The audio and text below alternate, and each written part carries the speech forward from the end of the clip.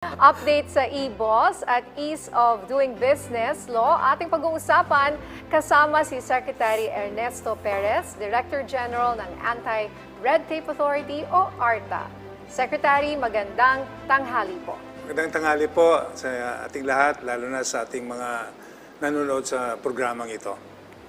Sige, Secretary, simulan na po natin. Maaari niyo po bang ibahagi ang ilan sa mga nagawa ng Anti-Red Tape Authority or ARTA sa nakalipas na 4 na buwan? Nagkukonduct po tayo ng commendation sa mga LGUs na naging compliant dito sa Electronic Business One-Stop Shop, kung saan ang pinakahuli nating binigyan ng komendasyon ay ang City of Legazpi noong last week lang, pang-25 LGU siya na naging compliant dito sa e-boss.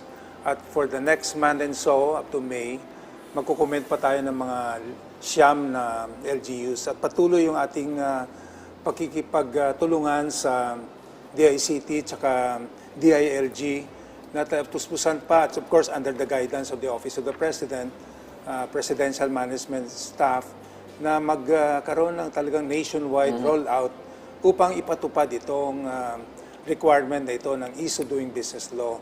Dahil dito po required lahat ng LGUs regardless of class, whether first or sixth class municipality, na mag-set up and operationalize an electronic business one-stop shop. Okay. Siguro, siguro para mas maliwanag sa ating mga kababayan, kasi I think familiar na sila dun sa physical boss, no? Ito yung one-stop shop kasi pag pumunta ka sa munisipyo, imbis na pumunta ka pa sa Bureau of Fire, no, sa fire, nandun na. Lahat. Oh, yung sa barangay, hindi ka na nandun na kasi Pati in yung one. barangay. Yes, No? kasi nasa isang lugar na, no? It's required by law na yung barangay kasama na rin. So, paano naman po itong electronic boss? As early as 2021, nagkaroon po tayo ng joint memorandum circular with DICT, DILG, DTI, at ARTA, kung saan inilatag po natin yung implementing guidelines para sundan lang ng LGUs, para maging biblia nila, sundan ito para makapag-comply sila dito sa requirement na kung saan ang pag-file ng application, pag-submit ng application, tsaka dokumento, pati bayad ng license fees at printing of permits can be done online from the comfort of their homes and offices. Katunayan nga po, ang pinakahuli nating kinomend before the city of Legazpi ay ito pong 6th class municipality na sa Camiguin, Ginsiliban Municipality, sa 6th class napunta na ako municipality. Oh, maganda ata dyan sa Sa 6th class Camiguin. municipality, kung saan ginamit nila yung system na ginawa ng DICT, at napatunayan nila na kahit ikaw ay 5th or 6th class municipality, pwede silang mag-comply sa requirement na ito. In fact, meron nga isang testimonya, dalawa, no? Isang negosyante na taga Zamboanga, nakapag-apply siya ng business permit niya sa Ginsiliban sa Zamboanga. Online. Meron pa isang OFW from Qatar, no? Nabigyan siya ng business permit from Qatar. Okay. So napakaganda po talaga itong program. So, Sec, I can imagine kasi, no? So, punta ka sa portal ng e-boss ng LGU, and then i-upload mo yung mga documents mo, and then yung assessment naman, pwedeng electronic. Pero nagtataka lang ako dun sa payment. Kasi alam ko na may official receipt na kailangan i-issue, at paano mo ipapadala yung pera? I-GCash mo ba sa LGU yung bayad, and yung permit? Kasi kung yung permit i-email sa'yo, tatanggapin ba yung printed sa bahay mo na permit? Yes. Dahil allowed yung digital payment either by Land Bank o kaya GCash or Paymaya, so pwede na magbayad online. Yes, Tapos I yung did permit, that. Paymaya. isa ding requirement doon sa JNC natin with the DICT tsaka DILG na yung recognition ng printed business permit has the same value as the permit na ini-issue ng LGU. Okay, so pwede mo nang, pag print mo sa bahay mo, pwede mo nang ipaskil Yes. yung permit na yun. Kasi may corresponding QR code.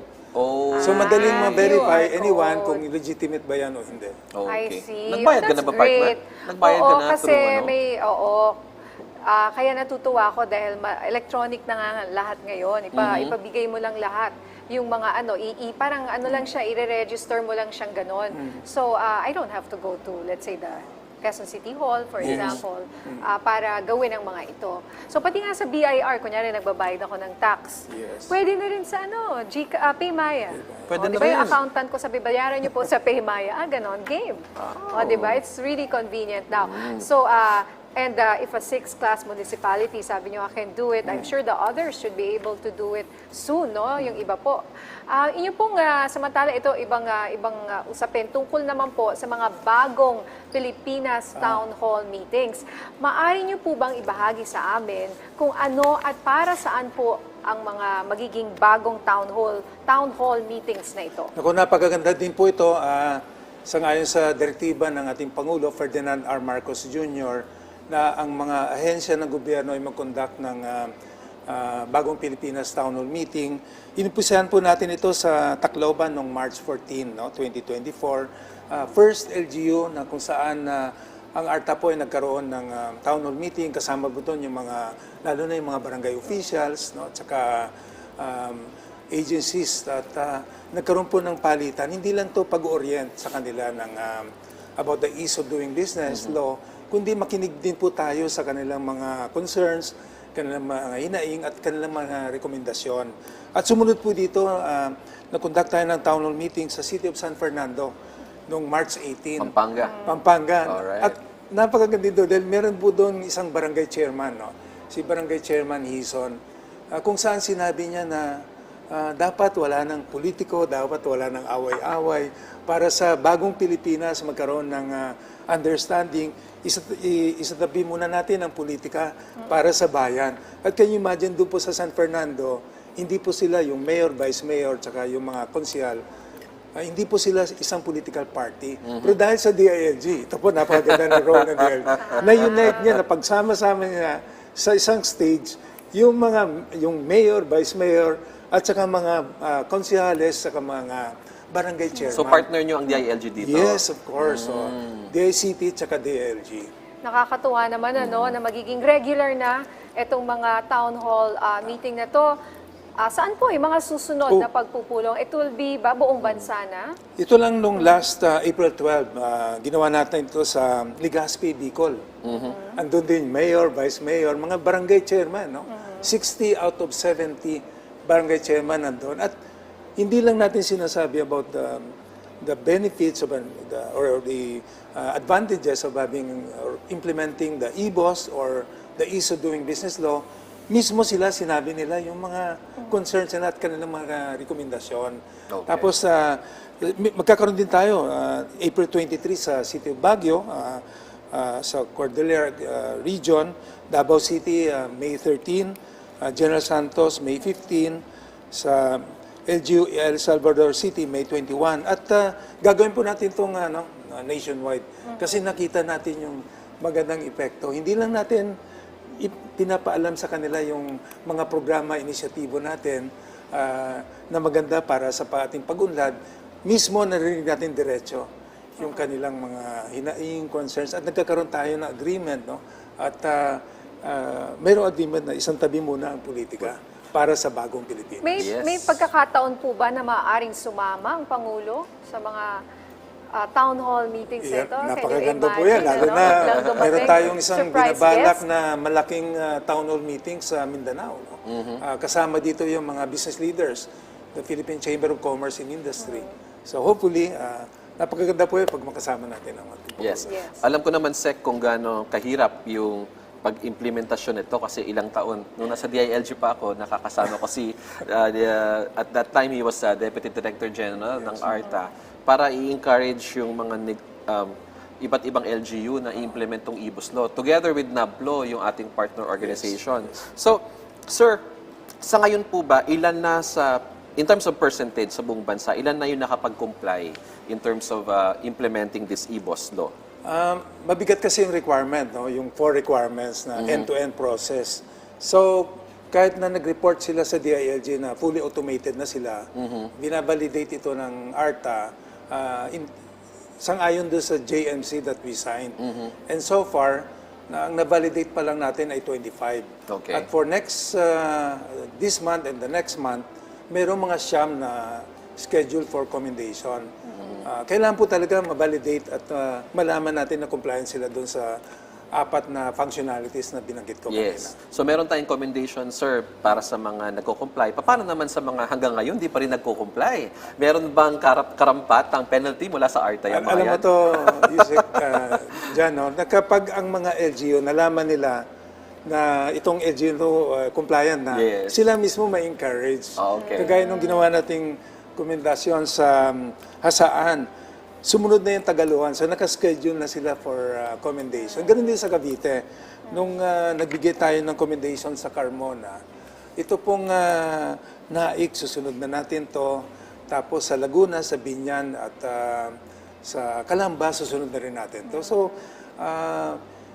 kung ang dahilan nila ay mahina yung internet, yung resources nila hindi sapat, ang ating pong sagot dyan ay itong municipality nga ng Ginsilipan. Oo nga, Siskas Camiguin municipality, nga Sa Camiguin, Camiguin, nakakapag-comply. Parang siguro talagang kung may political will, Yes. diba? Yes. Kakayanin. Wala na munang rason-rason. Let's do it first, no? Yes. Meron po tayong tanong mula kay Patricia Lopez ng IBC 13. Since kayong araw po ang last day ng filing ng 2023 Annual Income Tax Return, kaya ako, di ba, hinabol ko, nagbayad ako sa BIR, paano po nakatulong ang e-boss sa tax collection sa bansa? Directly, wala po. Dahil yung e-boss ay tulong ito para sa mga negosyante na mapabilis yung kanilang registration ng kanilang business permit o license. Ang effect nito, itong e-boss, hindi lang dadami ang magre-register ng kanilang negosyo at hindi kundi magkakaroon pa ng pagdagdag na revenue collection. Yes. In this way, makakatulong sa BIR dahil tataas ang revenue collection nila. No? At using the digital platform, pwedeng magbayad online ng kanilang income tax, kagaya din ng pagbabayad ng mga negosyante ng kanilang permit fees online. So, magkatuwang po ito, magkasama. So, we encourage people really not only to register your business but to also to pay the right amount of revenues Yes. for the LGU. Kasi Sec, no, pag mas madali ang pagrehistro sa LGU, required din sila na magrehistro sa BIR. Yes. Yes. Correct. So, as mas tumataas yung collection ng BIR, tumataas din ang collection ng local government. Yeah. Thank you At for sana mapunta sa tama rin. Yes, of course. Para sulit yung aming mga binabayad. Yes. So, Yes, Sec, so mensahe nyo na lang po at paalala sa ating mga kababayan. Sa ating mga kababayan, patuloy po tayong magtiwala sa ating gobyerno, lalo na sa ating Pangulo, na ang direktiba po ay lalo pang paigtingin ang lahat ng ahensya na bumaba sa mga LGUs, sa mga barangay, no? At magkaroon ng isang bagong Pilipinas Town Hall Meeting. In-encourage din po natin na ang mga LGUs ay mag-comply na dito sa requirement ng Electronic Business One-Stop Shop. At ito po ay makakatulong ng malaki sa ating ekonomiya. So salamat ulit sa pagkakataon na ito na sa ARTA na maipabahagi natin ang ating mga ginagawa at makakaasa po ang taong bayan na patuloy po tayo magsisilbi para sa isang bagong Pilipinas. Alright.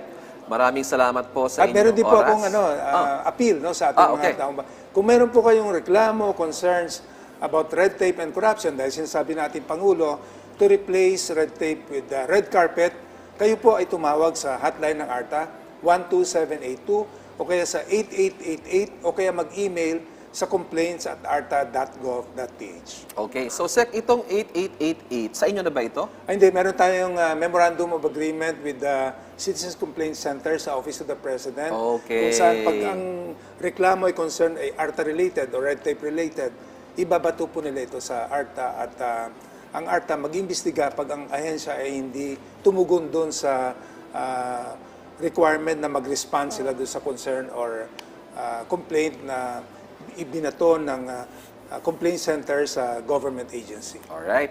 Maraming salamat po sa inyong oras. Secretary Ernesto Perez, ang Director General ng Anti-Red Tape Authority.